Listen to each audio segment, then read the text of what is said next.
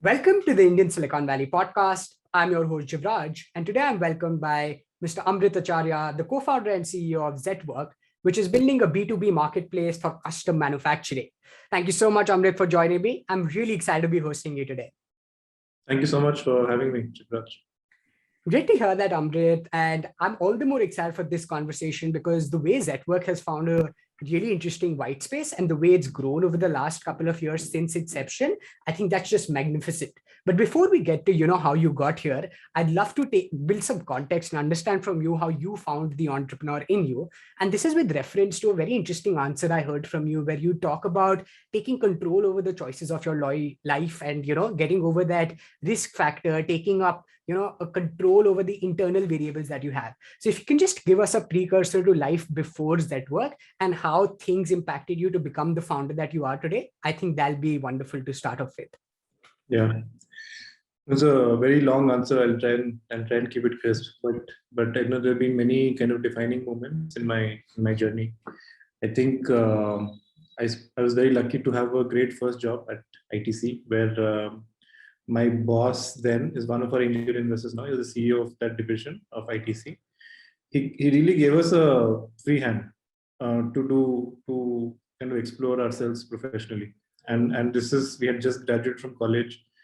He gave me a job to build a new factory for them, and I knew nothing about building factories. And but at the same time, I was having people who were 40-year-old, 50-year-old reporting to me, and it taught me a lot about that whole I guess entrepreneurial idea of figuring things out when there is no clarity or there is no data or there is no kind of structure, creating structure out of something which doesn't exist. I think that was very important. Second big one was when I moved to the US. I would say it was somewhere in between a very well thought out decision to not so. Like I wanted to go to the US for reasons such as I had spent 4 years in small towns in India, which is Guntur, Mysore, in my first job, and I really felt that I was missing out on all my other friends who were spending time in big cities and becoming part of closer to that whole innovation cycle that India was going through in the early 2010s, and hence I felt I need to be as close to the center of innovation as possible, which in my mind was Bay Area, and I just felt I had to be there. And but there was nothing beyond that thought. Like I didn't know what I wanted to do when I went there. I didn't know how long I wanted to be there. And some of these things which when I went there, I realized that I think things are excellent here. But after spending 3-4 years there is when it hit me that all the action is back home. And hence when I had that opportunity come my way where we had those choices between, did we want to spend 5 years, 10 years of our life, so spending that early part of our journey in the US, optimizing for things like visa, optimizing for things like what does it take to stay in that country, versus taking those unconstrained decisions. That's when I would say the biggest high intent choice decision I've made kind of fructified, which is just deciding that we want to come back to India. We want to be part of the entrepreneurial journey here. We literally came back with just those two thoughts. We didn't know that we'll be starting Zetwerk. We didn't know, we'll be living in Bangalore. We just knew that we want to be part of this ecosystem. And luckily, I had a lot of early connections. Srinath, my co-founder, he had spent that while the time I was in the US, he had spent time actually building companies. Yeah. And when we came back together, it was a very informed choice that we wanted to start Zetwerk together. Yeah, no, I think I love that because there's a lot of I know there's serendipity to attribute, but then there's a lot of conscious choice making as well, realizations along the way that you worked upon. And I think just being proactive about life can, turn things in a beautiful manner, as your journey is a testament to. But coming to, let's say the founding story of Zetwerk, and I know your favorite book is 0 to 1, at least one of the favorite books is 0 to 1. And there's a chapter there, right? Competition is for losers. And Zetwerk has also in a way identified a really niche, a unique problem in a large market. Help us understand, how this came to you. What was the insight there? How did you start? Give us an overview of the founding story with a bit of context to, competition is for losers and how that strategically plays out. Yeah, I'll use more family-friendly language than Peter Thiel. But no, but what we kind of came across was look, fundamentally we were excited about the problem. My first job, as I mentioned at ITC, was to build a new factory. And when I did this, I was working with lots and lots of small manufacturers to get various parts of the machinery built.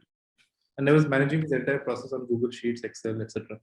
And my co-founder Srinath, his family business was also into manufacturing. So some of these conversations started when we came together. Like we were exploring a bunch of things, and we came back to this problem, which was something which we had identified in the first part of our careers. And then when we look back, we saw nothing had changed. Things are being done exactly the same way. Though 10 years had passed by this time, and things were done exactly the same. And that's basically how it started. We wanted to build software for people like me to manage procurement better, to do it in a way where it is scalable, and there is a lot of feedback that you can get from the market, so that you're not working in an individual silo. Basis the knowledge that you have within your brain, but collectively tapping into the industry's knowledge on who are the best manufacturers, what's the best price point, what is the best timeline, how much, all of that. We started with these goals. We raised a seed round basis this thesis that we wanted to build enterprise SaaS for project managers. And we, as part of the process, we identified a few customers who we onboarded to co-create the software with us, and so that we're not building in silos. We built the product, and then we went back to the same customers, and the same guy said, "Look, I love this. This is exactly what I wanted. Now can you go to my IT department and convince them to make the sale?" And this is something which we did not know enterprise sales, and this is when we hit a big brick wall. And we got asked all sorts of random questions like, is this can you do it on-prem? Can you do it on cloud? Can you customize XYZ? And we realized that, I think it's probably what it takes to build that business off the ground. But it would take 12 months to get maybe 5 customers. And some of these customers didn't even take those decisions in India. They said, "Oh, I'll introduce you to my CIO in Switzerland," or whatever. And that's when I think this whole concept, which today we kind of, I would not say we were so well thought out, but it kind of happened organically. This whole concept of we talk about product market fit. There's also this concept of founder market fit or founder problem startup fit. We just realized that we did not have that DNA as founders to wait for 12 months to get maybe 4 or 5 customers. That was too long a feedback cycle for us. We were just wanting shorter feedback cycles. So we were listening to the customers. Is there a more immediate pain point they had? And all of these guys said, "Yeah, can I use your software to discover new suppliers?" And nobody told us this explicitly. They were just hinting at this in various forms of that sentence. But this is something we picked up on pretty quickly, and we pivoted the business within like 3 months of starting, and that really worked because it turned out that this is a big pain point. Though people were not articulating it, the reason they were not articulating is they were kind of in this mindset that this is how it is. This is how the industry has been for last 10 years, 20 years. Nothing is going to change, and hence I'm not going to spell it out that this is a big problem for me. But it turned out it's a huge problem, and it's a completely uncatalogued market at the small manufacturer, and quality is very difficult to gauge. Timelines are very difficult to gauge, and we picked up on that theme, and then our growth just started going above the charts. We grew 10x in like 4 months, and we knew that we had discovered something really special. And also it was great founder startup fit. So we fell in love with what we're doing. It seems like a niche problem to an outsider, but to an insider, they will tell you that this is a problem.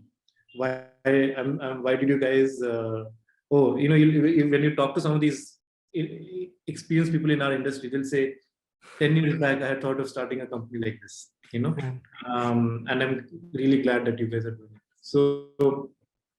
So yeah, it's a lot of luck, it's a lot of serendipity, it's a lot of intent. I think all these things go together in discovering these problems, and they're everywhere.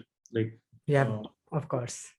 Yeah, no, I think that's wonderful to hear, because it just shows that, you start somewhere with that intention of the problem, don't get married to the solution, and you figure out what's the best solution. And the sounding stories are a testament to it. But that's interesting, Amrit, that if I may ask you to double click on this aspect of listening to the consumer, right? Like a lot of what you said and articulated was also in terms of, just observing things.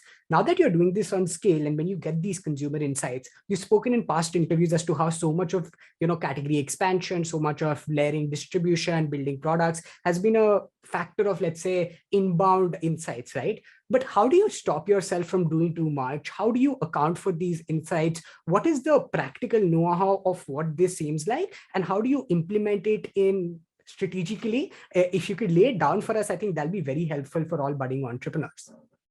Yeah, I mean, I think it's an interesting thing you brought up, and if I understood this correctly, like the way I would articulate it is this whole idea of focus, right? Like there is everything looks very shiny when you're building something new, and it's very easy to get pulled in different directions, right? And like one direction we could have got pulled in was build enterprise software for G, make it very custom, take a year. It's still a great business. There's nothing wrong with that. Now, I think this question of focus is extremely important at the early stage. And I would apply a stage lens to your question. I think as the company becomes mature, focus is important, but at the same time, you have so much resources, which is in terms of capital, it's in terms of teams. It is about discovering more and more use cases of things that you previously did not even imagine was possible. And that has been our kind of journey. I think in the first 1-2 years, we were very focused. We said no to like 90% of things, because one, it's very, very common in enterprise businesses. Like once you acquire a large customer, you're like, party time, and everyone's super pumped and super excited. But then just to service that one customer, if they have like 1,000 requirements, your entire company can quickly get consumed by that one customer. And hence it's very important to say that, look, we will solve all these problems that you've asked us to solve, but we will do it over time, and we will do it at our pace. Today I would say, we have the opposite issue in some sense, where we have so many things to do, and we feel we have so little time, and hence capital helps to that extent.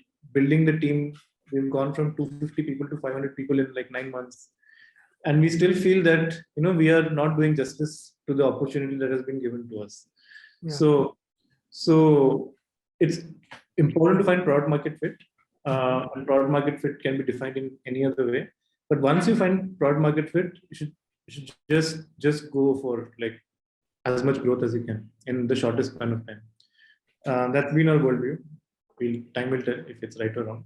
But we operate the company with this philosophy that we don't have as much time as we think we do. Yeah. That's fascinating. I mean, that's a different lens to, how one would imagine, but definitely mastering one thing really well and then looking at subsequent use cases is my cue from that answer. But shifting gears here and trying to now understand and get into the business model itself, right? So from what I understand on the demand side, there are these large enterprises who have manufacturing needs. On the supply side, there are these small manufacturers, right? What I want to understand from you, that considering that this is a very diverse set of consumer, right? How do you perhaps do stakeholder management, not just on the consumer end, but also on the supply side? And when it comes to, let's say, a large barrage of things that you have to manage, how do you make sure that processes for each set of consumer are in place in a very streamlined manner? If you can help us understand that, I think that'll be great. No, I think it's again, like I'll answer these questions into some of these are all choices.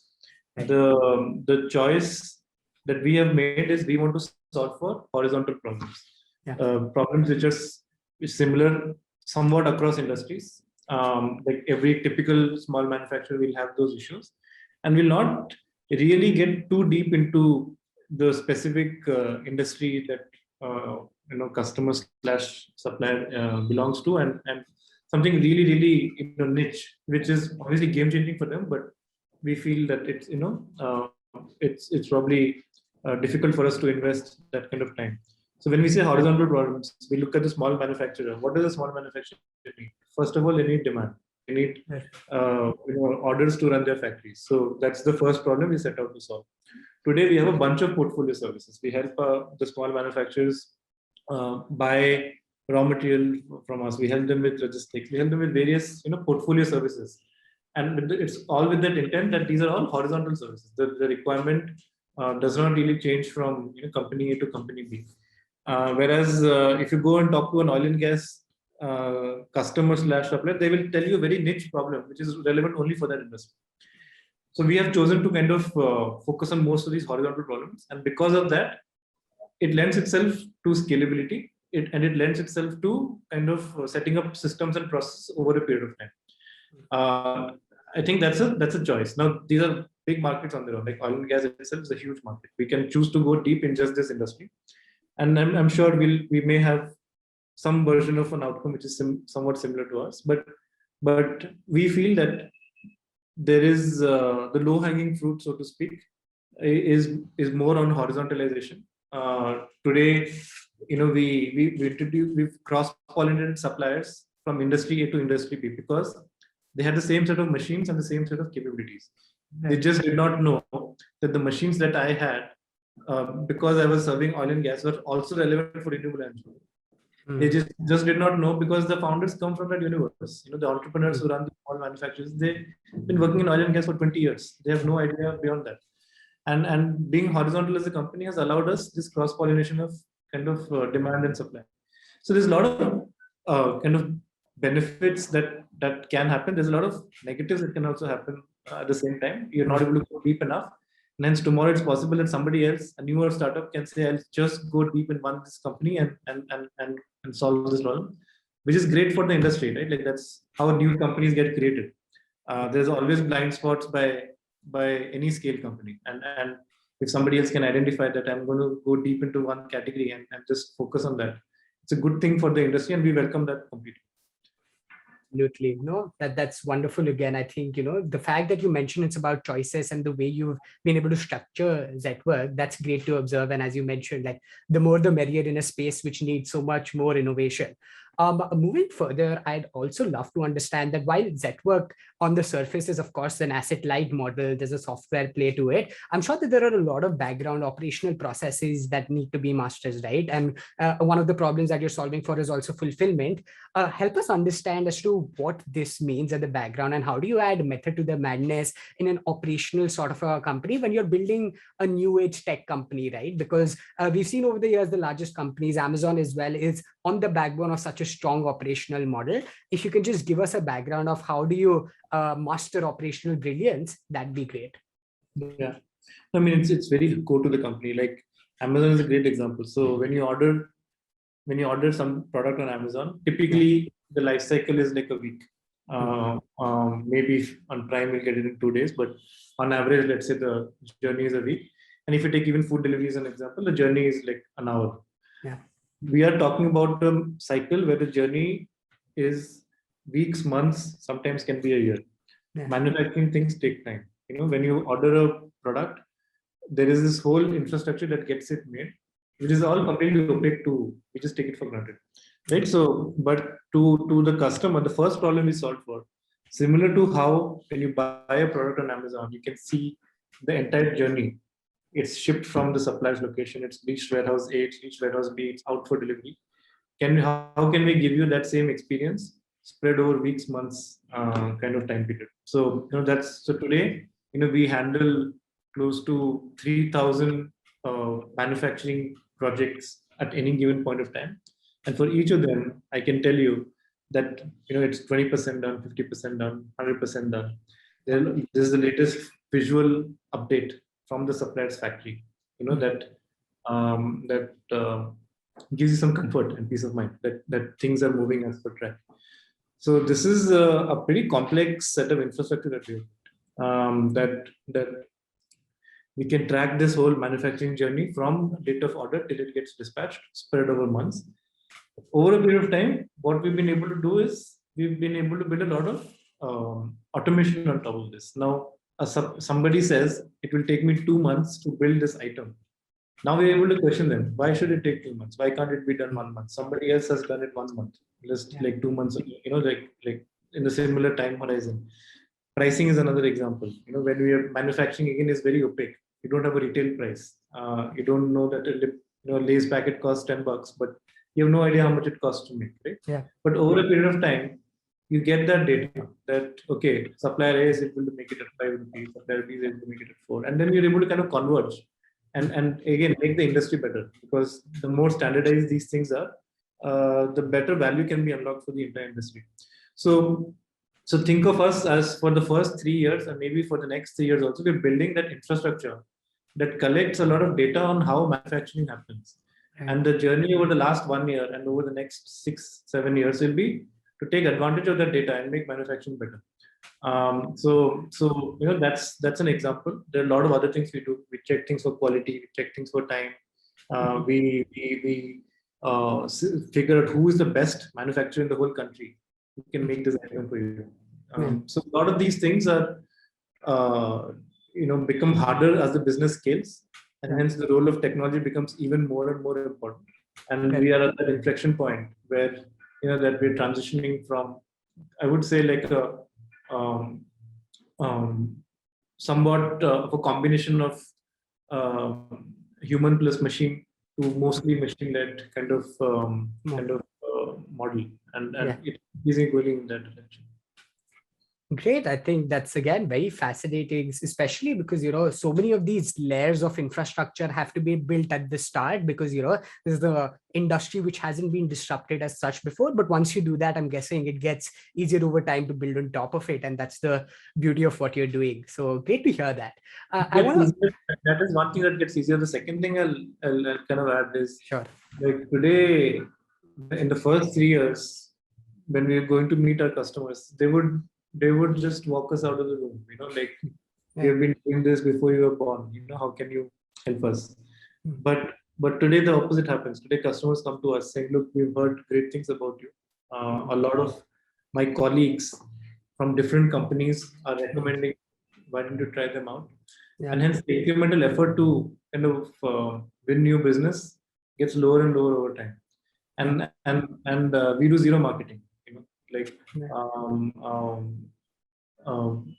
We have just not invested as much energy into that as we probably should.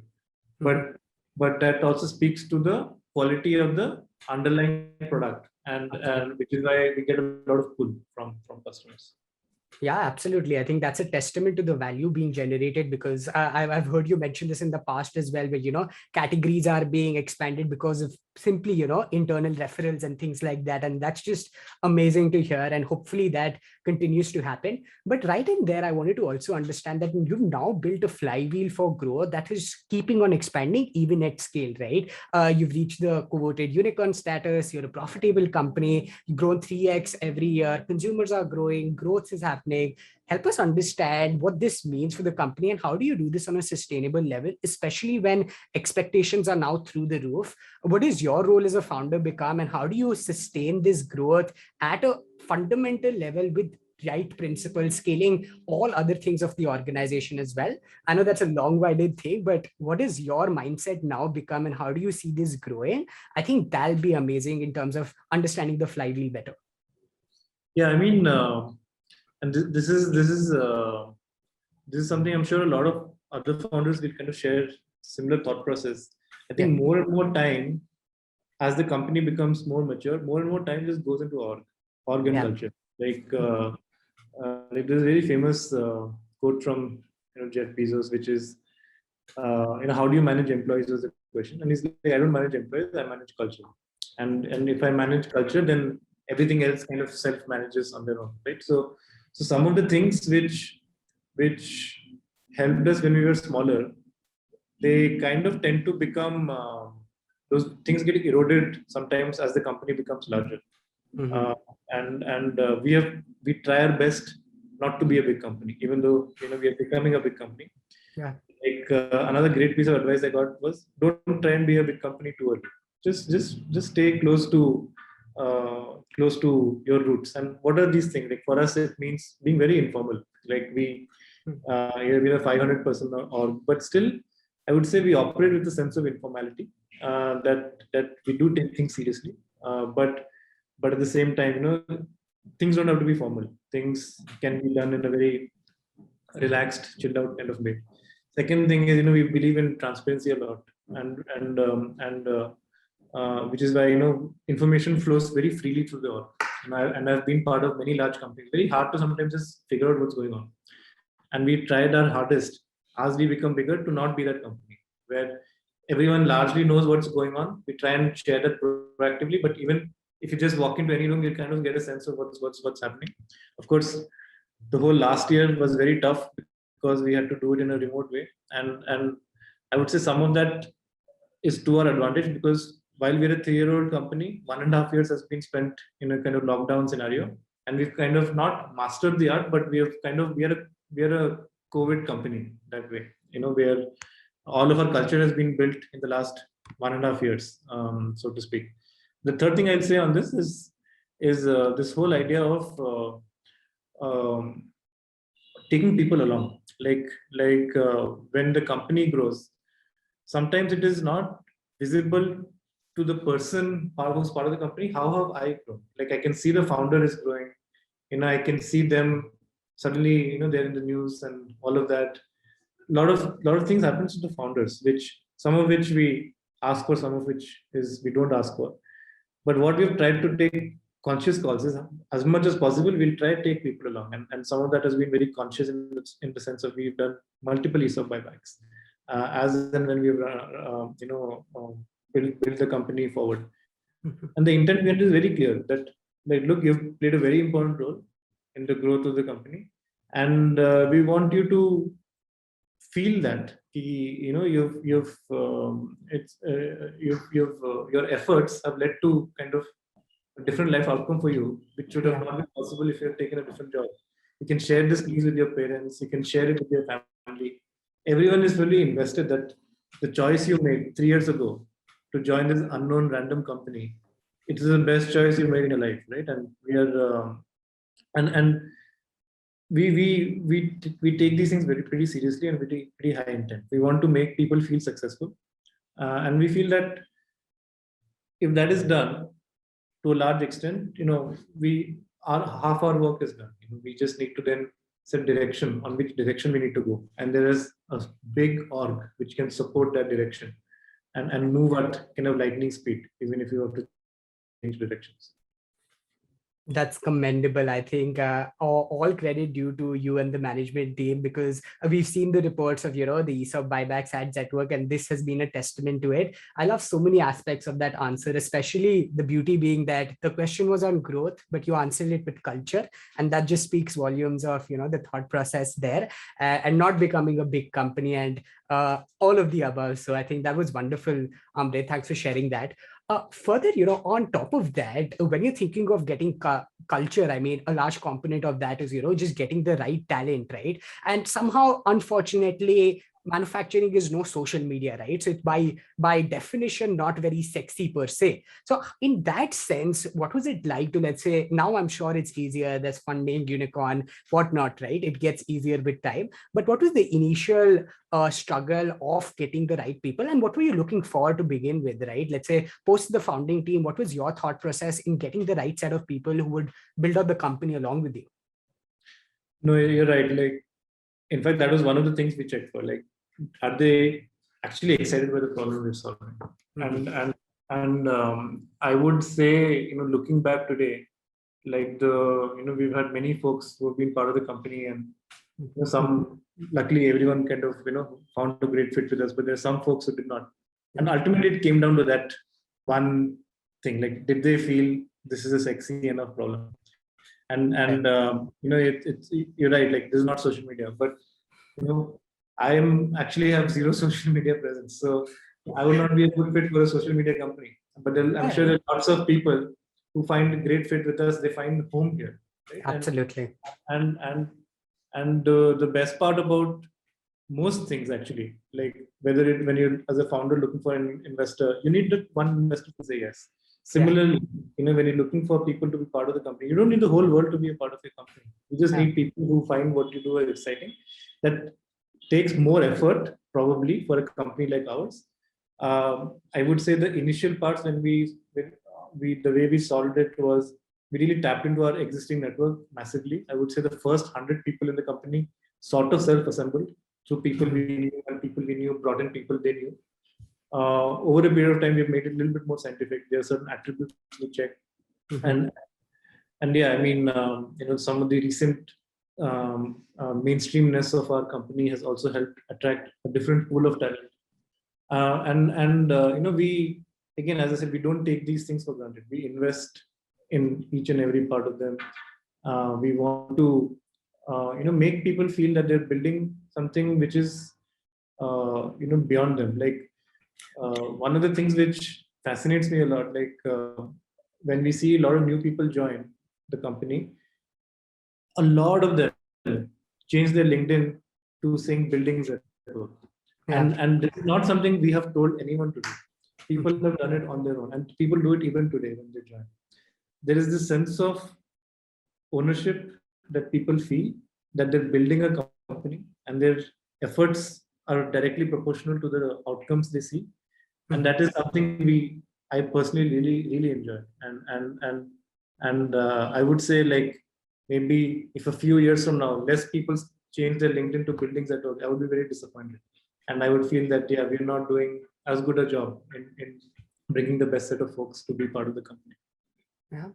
Absolutely. No, I think that's a very, very wonderful thought where you mentioned giving everyone a purpose, something beyond yourself and that mission. And just I can only imagine the satisfaction it gives you to, build a tribe where everyone feels as connected to the mission as perhaps you do. So commendable job there, definitely, Amrit, and inspirational for every founder listening in. So kudos to you on that. But further, another amazing thing that Zetwerk is doing is taking Indian manufacturing to the world, right? And now I'm guessing, last I heard, more than almost 100 customers on the demand side from the US and other related geographies. What has that been like, right? Like when you look at the company mission ahead, when you're sitting and framing, the next 5-10 years of Zetwerk, how important and crucial of a role does that play? And what has that played out in practicality? I think that'll be wonderful to hear. Yeah, no, we definitely feel that at a super high level, we're sitting on the golden age of Indian manufacturing. So I will not claim to say that we knew this all along. Like when we started the company, I would say we were pretty excited by what we do. But every year that we spent in the market, we are getting ourselves positively surprised and wowed by the opportunity that lies ahead of us. And international is one of those components. So what's happening is due to both COVID and regulatory changes across the world, like supply chains are being reconstructed as we speak. People used to buy from the same set of companies for like decades, and those relationships are now starting to change for those reasons. And India stands to be one of those big potential beneficiaries if they play the cards well. And the reason why we find it interesting, so we've got, as I said, we've brought in 100 new customers, mostly from Western markets into India. These are companies who had never bought from India before. And hence, when these companies are choosing to spend millions of dollars in India, this is adding to the GDP of the country. Yeah. That personally, like, energizes me a lot. Because if you see the last 10 years, when I was a kid, I knew my sister just got into Infosys. It was such a proud moment for our family. Yeah. That like there is some in the software engineering industry, this company which had changed the whole fabric of the middle class of Indian society. Yeah. We feel that the next 10 years, a similar opportunity is presenting itself in the form of manufacturing, where if the number of jobs created by services was X, manufacturing will create 10X of that. And if we can capitalize even a small portion of that, I mean, like I can't think of a bigger life purpose for myself. So we feel very humbled. We feel very lucky that we're kind of at the right place at the right time, and truly, like, with the kind of resources we have, with the kind of intent we have, we feel it is our responsibility to drive this point home. And there would not be a better time than today to take Indian manufacturing to the world. Definitely. I think that's a super ambitious goal, and all of us will be rooting for Zetwerk to capture that opportunity, because it certainly brings in so much joy and satisfaction for the country at large. So cheers on that. But I have one last question on building Zetwerk, and then we can move on to the closing segments of what has been a great conversation, Amrit.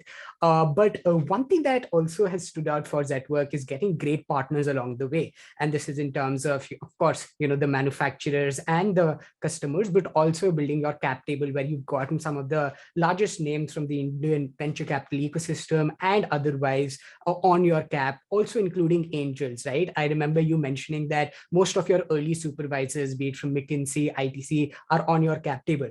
Help us understand the role of partners and how you've been very deliberate about curating the cap table well enough, and what that means for the company as you build a long-term organization, especially when you set the right set of fundamentals early on.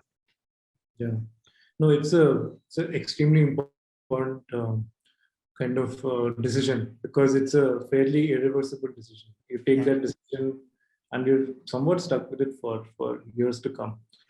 We've been very fortunate that way. We have, as you said, we have Sequoia, Excel, Lightspeed, a bunch of, and most recently, D1 and a bunch of other folks on our cap table. I think the unique thing about our cap table, which is we have built it with a very strong intent, is it is a high conviction cap table. For a lot of the funds that you will see in our cap table, we constructed this cap table during our Series B, and the same set of folks have invested in our Series C and D, and they even offered to let our last round, which when we got D1 in. This is fairly unique, I would say. We don't see this happening much in the industry, and that's largely because it goes both ways. Like for investors, this is one amongst many companies. For founders also, we don't know who that best marriage could be, and hence we have a fragmented cap table.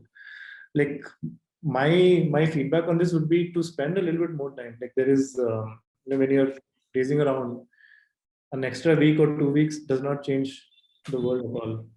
But in that extra week or 2 weeks, if you can, for both of them, if they can get more information on you and you can get more information on them, and really build that high conviction that this is a cap table that will stay with you through the life cycle of the company.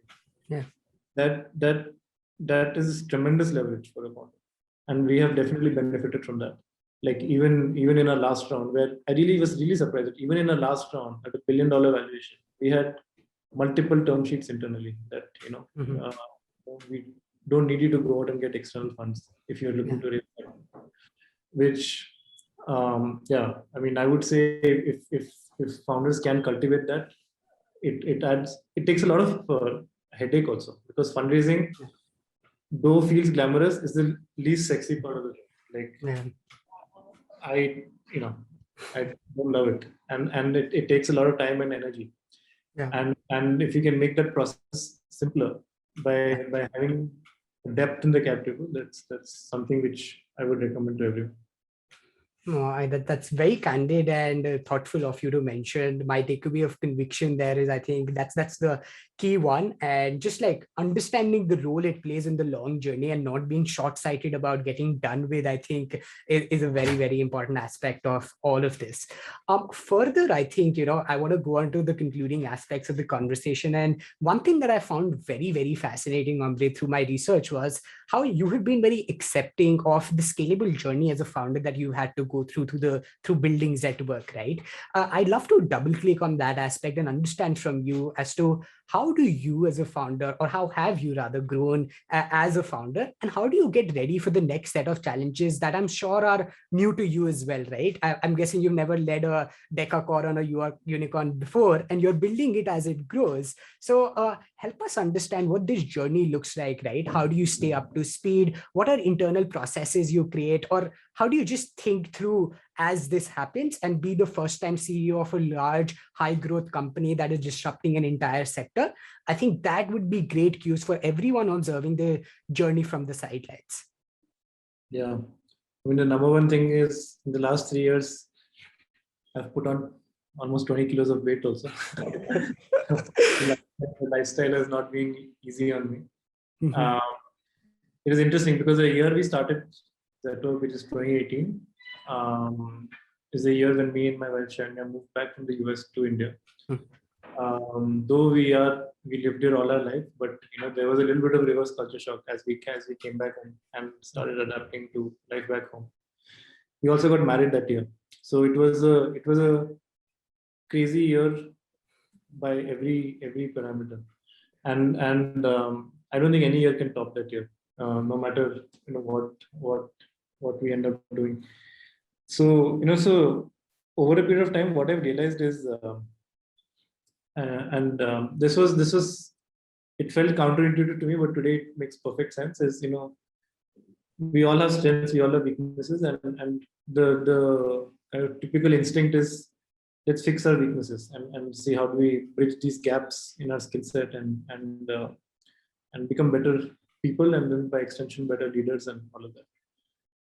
What I've realized over a period of time is I think that's important, but if there are certain strengths that you have, which are so unique to you, and really are the source of energy and the output that you're able to drive.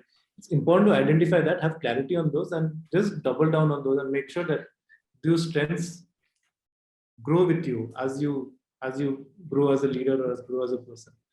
And it's different for different people. For me, like one of my biggest strengths is I'm kind of able to detach myself from the situation, be calm under pressure, and not get too emotionally invested in every micro decision we take as a company. And there are certain people who get extremely invested in every decision they take, and this shows a strength for them because they're so invested that they want it to succeed no matter what. Yeah. And for me, I'm kind of able to detach myself a little. And initially, I always felt like, look, probably I should get a little bit more invested and show people that I am invested. Yeah. But over a period of time, I've just become more comfortable in having this equilibrium where, yes, I am invested in things we do, but at the same time, I'm able to kind of pull back. And for people around me, that's what they come to me for. They have their way of making their decisions, but when they feel that they need a kind of objective, impartial view, I have become the go-to person in the company that people can come to, and in a way it becomes about your personal brand also. Whether you're a founder or whether you're an exec or whether you're any person in any company, you will have those one or two elements which become part of your personal brand. Yeah, this person is great at analytics. This person is great at bringing structure. And yeah, there's a risk of being unidimensional, but it's okay. If you get thrown with 10 problems and you over a period of time, every problem is different, and you start developing more dimensions to your toolkit. But that, I would say, that has been the number one realization, that focus on your strengths and just double down and make sure these strengths stay with you as the company grows or whatnot. You don't fall behind in terms of those set of skills. And the second thing was, once you know what your strengths are, and by extension what your strengths are not, it's important to surround yourself with people who are fairly complementary, and that adds a lot of leverage, so that 1 + 1 can become 10. And we look for that at all times, whether when we're bringing new people into the company. We don't get people who are similar to us. Then what's the point? We get people who are different, who come from different backgrounds or from different industries. Most of our success has been people who have come from very different industries. They had no clue about manufacturing, but they had that underlying kind of skill set which we felt was relevant for solving the problem.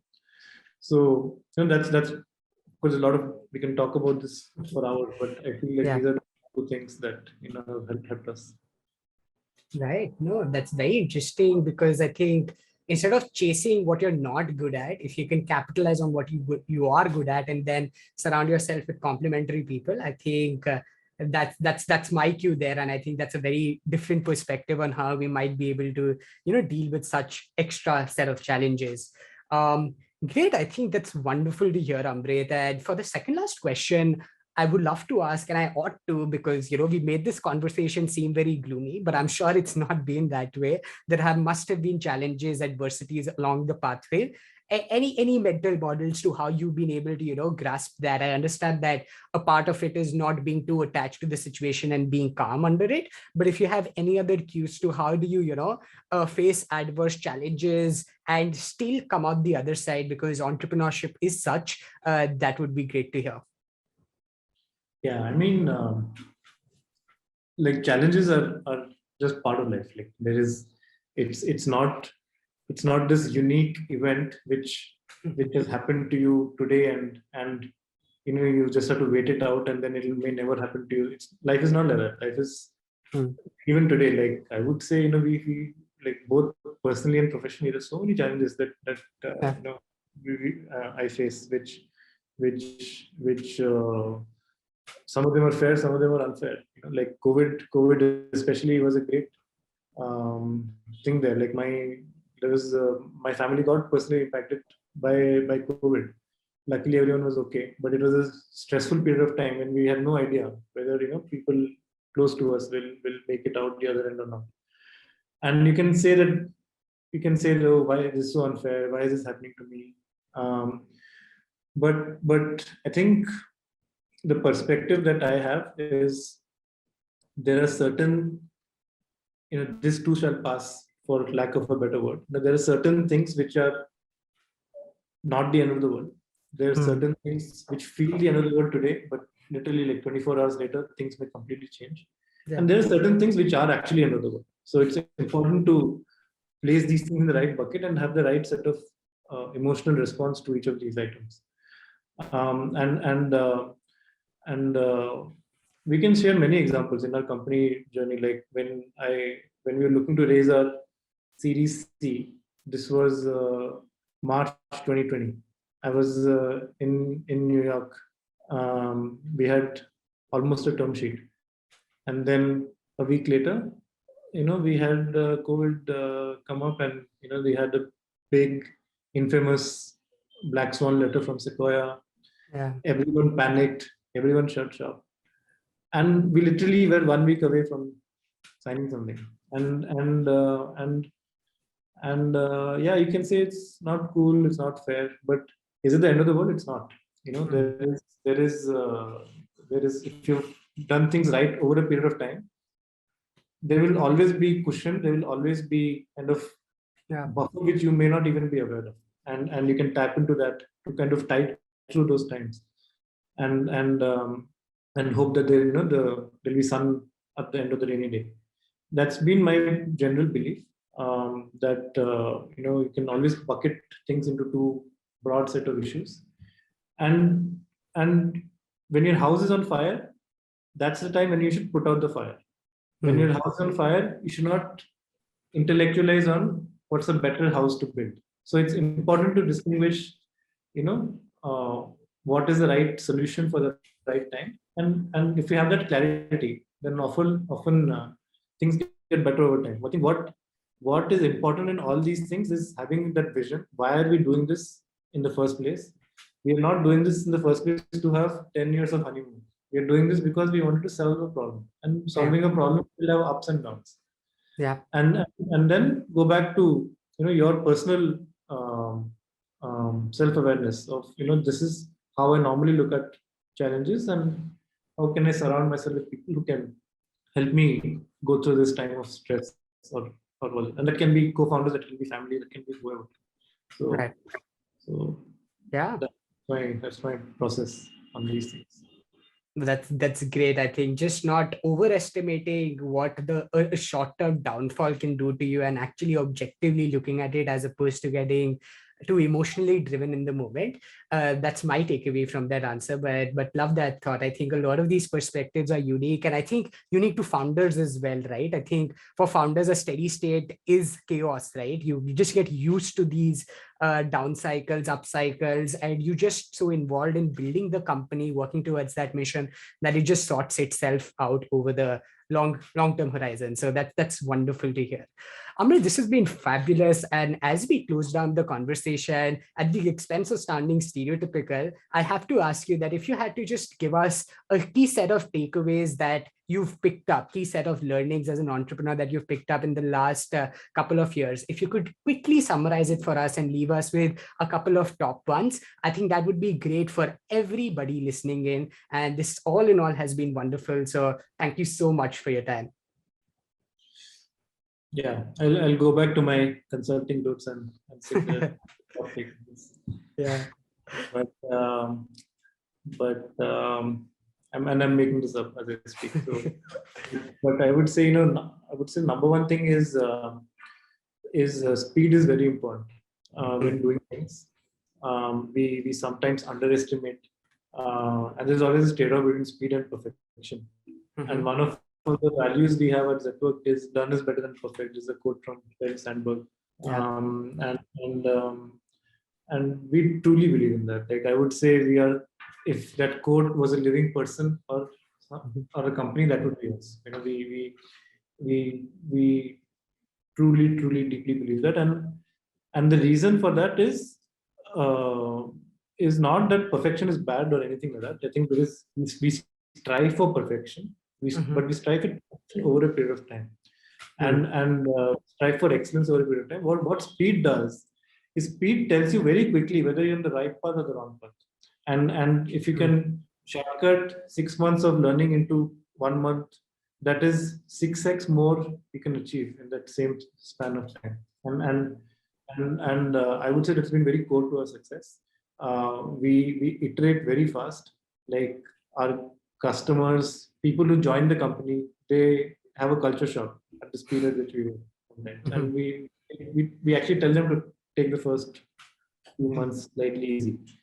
And I would totally recommend, like, to anyone building a company, like, just do everything you can to optimize for speed, whether it's building that first product faster, whether it's going to that first customer today versus going to them 1 month later.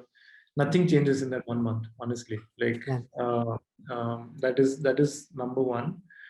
Number two is, when you're going at a very high speed, it is important to be going in the right direction, because like the best analogy is like if you're taking off from a flight from Bombay to Delhi, and you change the angle of the plane slightly by 1 degree, you'll end up in Afghanistan or somewhere. So it's very important to not have not know where you're going. I think there's the difference between fast and perfection is not that you don't know where you're going. You still know the end answer. In some capacity, you may not have everything figured out, but knowing which direction you're going can often mean the difference between lying in the ocean or going to your final destination. And it's extremely important when you're doing it fast, because you have less time to course correct. And the third thing, which is again on this similar lines, is ultimately everything comes down to ambition, comes down to energy, comes down to like, you may feel you're out of resources, but the only resources you really need are in your mind. And if you're tapping out of that, that's the time to maybe quit. But till you feel you haven't, it's worth that energy and effort to go all in, and go all in fast and go all in the right direction. So. Wow, no, those are all great pointers. I think the emphasis on speed and having clarity of thought more so with conviction. I think those are my takeaways at the end, but that's a very, very fabulous end, Amrit, to what has been a great conversation. I certainly believe that Zetwerk is working towards a very audacious ambition that we hope comes true. And this has been great. And we hope there are more learnings along the way that you can share with all of us as we build the next innovation set of the world from India. Thank you so much for your time, Amrit. This has been a pure pleasure. I hope you enjoyed the conversation as much as I did. Thank you so much for having me.